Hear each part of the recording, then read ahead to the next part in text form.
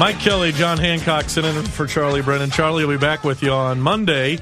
John, I know you, like I, probably overstuffed yourself a couple of times yesterday. I must have consumed at least 1,500 calories. No, I think I was at 7,000 by last count. Yeah, it was an overeating binge like I've never seen before. It's a hard time because you get caught in this path. Joining us now is a very good friend of ours and a person who changed my life.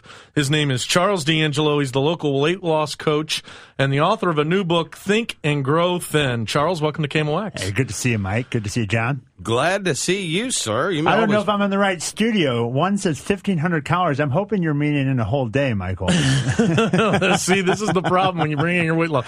Charles, I've been to see you. The first time I was with you, and I know you don't like the fact that I relapsed, but I had lost between 50 and 60 pounds. And what was amazing to me is it wasn't ridiculous. It wasn't, hey, Mike, eat 8 oranges and hold your left arm above your head. It really is as simple as eating properly and exercising. Well, let's start with what you said. So many people deal with the exact issue that you just mentioned, and that is they really start succeeding. They start noticing a lot of changes. All of a sudden, their clothes are looser. Everyone's noticing. They're feeling better than they have in a long, long time. And you have to understand, coming to work with me, working with my program and my book, Think and Grow Thin, it's a result of conditioning. It's not like you're coming to see me or you read my book and automatically you're plugged in and never again will you have the challenges or the temptations that you may have had for a long time in your life. Real success comes, lasting change comes from conditioning yourself, continuing to practice long after you reach that goal. But you live in a very hurried lifestyle, and many of my clients, many people in America, allow themselves to let circumstances start to drive their life again rather than design the way they want their life to be. And a lot of people get into a sense of hopelessness, right? They get to a place where they got an extra 50 pounds and they think, oh, I can never do it. I can't walk. Or because of their family. Or I'm going to wait till January 1st to start. And they procrastinate, sure. So talk about that. You've been there, right? I was 360 pounds by the time I was 16. I came from a family predisposed to being obese. My father's side was all Italian.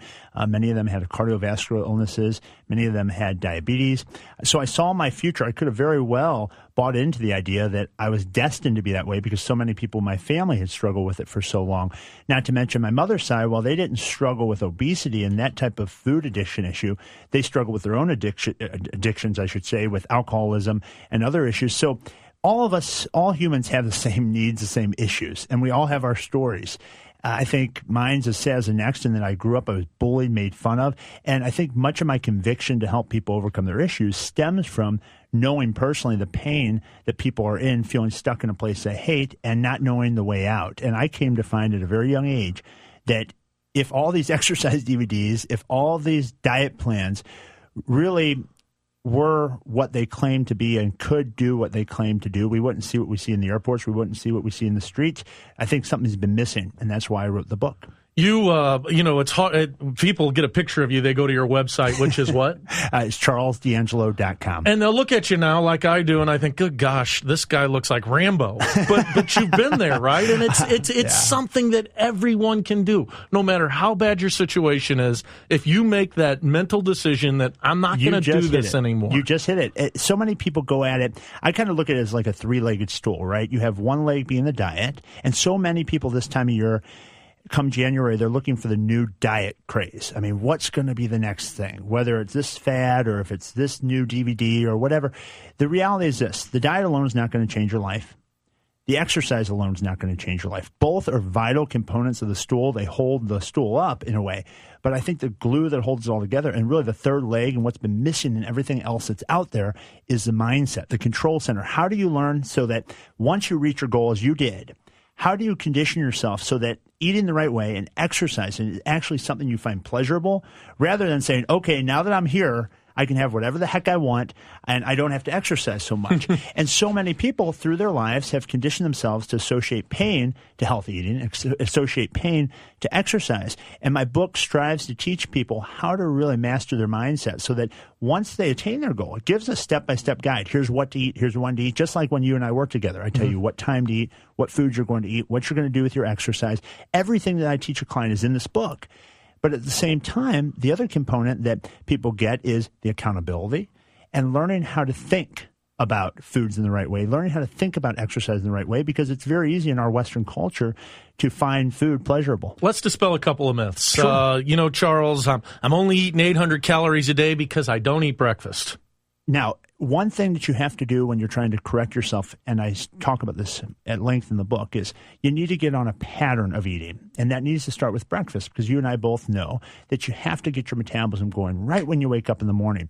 If you don't start your day with breakfast, you're going to make yourself more vulnerable to being hungry later in the day, and it makes it very difficult to get your metabolism as high as it possibly could be. So one simple thing you can do right now, you listening in your car, is start to eat breakfast. And I would say this, here's something just totally free. Go get some whey protein. This is what I recommend in the book. Get a bag of whole frozen strawberries that are not in syrup. So when I say fresh, I mean make sure they're not in syrup.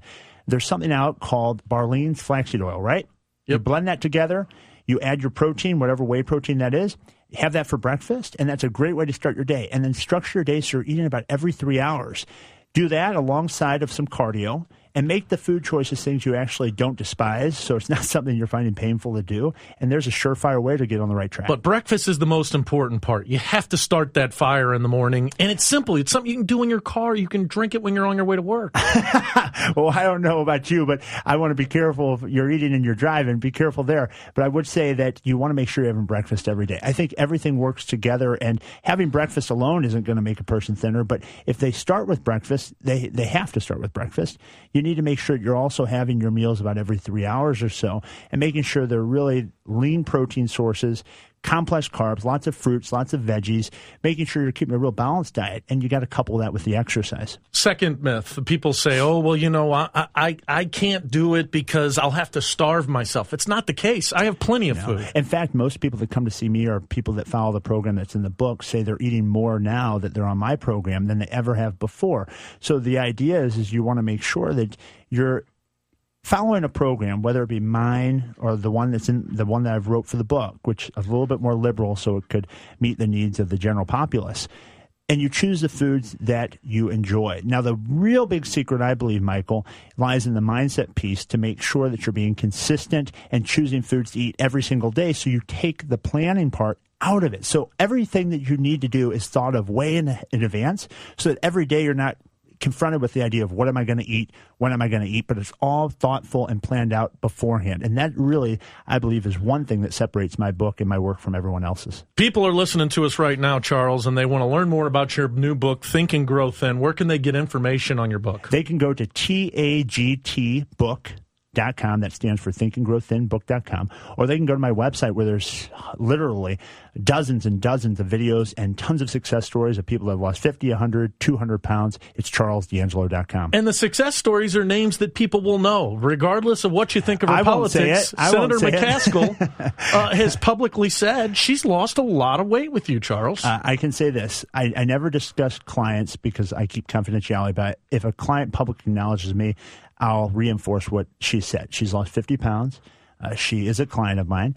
She made healthy eating and exercise a priority. And Claire is one of the most authentic, kind, empathetic people that I know. And what a testament to really putting an issue out there that so many men and women in our nation face, an issue that is really one that our nation needs to address. But when people say, oh, well, I'm too busy and I don't have time, if you're busier than a United States senator, you've got issues. Well, put it this way, if you can see a senator that succeeded on my program, I think my program is something that you can succeed on. So if you're willing to make it a must and really put yourself out there and play all out despite whatever your past is. So many people come to my office and they're highly cynical.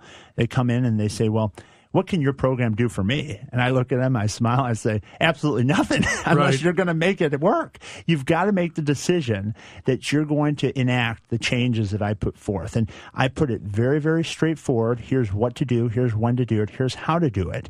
And then furthermore, I say, after you've reached your goal, here's how to condition yourself so that these changes last. But just like anything else, it's not like I'm hypnotizing a person. You got to continue to work on it. You can't reach your goal and then say, well, you know what? Now that I'm there, I can stop exercising and I can start eating whatever the heck I want to eat. Because if you do that, you know what that recipe leads to. So I'm sitting over here reading this Think and Grow Thin, listening to this conversation. Fascinating conversation. And unlike Mr. Kelley, I've never actually lost 51 pounds, unlike Senator McCaskill. I don't think you've ever worked with me either. I have not, Charles. So here's my question. I just joined a gym for the first time in my life. Good. And I've been one time. How long ago did you join? A couple weeks. Oh, that's good. So 1 out of 4 weeks you've went? One out of 2 weeks. 14 days. But, the holidays and food and all that stuff. You. So when you start, what kind of an exercise regimen is? So I'm going to start eating my little curds and whey in the morning and having my breakfast. And whey. And then I go to work out. What kind of a workout for somebody who I haven't done anything since high school? Absolutely. So many people come to me, and they've never joined a gym. When I was 360 pounds, the last thing I wanted to do was walk through the doors of a gym because I thought that's where all the good-looking, attractive, confident people hung out. And I thought, oh, my gosh, I'm going to stick out like a sore thumb. So congratulations that you joined, number one. Secondly, what can you start to do now? After you've gotten your foods in check, because 80% or more of your day is spent outside of the gym, after that's in check and you've really enacted what I present in the book, I would say start walking on the treadmill. Yeah, I did that. 30 minutes. Okay. That's all I recommend. And start at an incline that you're going to find that's conducive to perspiration. You're working up a good sweat. So for you, a guy of your height, I'm seeing you sit here, but I would say maybe a 3 or 4 percent. Oh, wow. In grade. Yeah, but just a walking pace. So many guys or girls go out there and they start just running and like they're going to end up coughing up blood because they're working so hard on it. You don't have to be that intense about it. You got to be consistent. Consistency is where success lies. It's not what you do some of the time, okay? It's what you're doing most of the time. 3 days a week? Consistent. I would say 5 times a week. 5 times That is if a you're week. trying to lose weight. Now, when a person gets to maintenance, they can keep between 3 and 5 times a week, close to 30 minutes. Someone like the woman that you mentioned earlier eventually would work up to about an hour on the treadmill at the end of her weight loss journey. Someone like Michael would as well. And then back down towards a half an hour so that the cardio stays effective. You never really give your body a chance to adapt. In the book, I talk about the exact progression of how to step your cardio up every 2 weeks. The way my program works is a person eats the same set of foods they choose for 14 days so that they're really learning how to disconnect from food and then reconnect from food. And also how to disconnect the pain idea from exercise. Because if you go in the gym and you've never worked out, and all of a sudden you're trying to throw weights around and you're putting the incline at 15 and you're running at 5 miles an hour and you have 51 pounds to lose, I think it's going to be a little painful. So start slow, 5 times a week, a slight incline, and make sure your speed's one at which you feel your heart rate's up, but you can still maintain a conversation. You're breaking a sweat. Wow, that's some great advice. Hey, if you've got any questions for our expert, Charles DAngelo, he'll take your calls, 436-7900, 1-800-925-1120, getting you into shape for the new year. After this, on the Voice of St. Louis, KMOX. St. Louis, KMOX. St. Louis.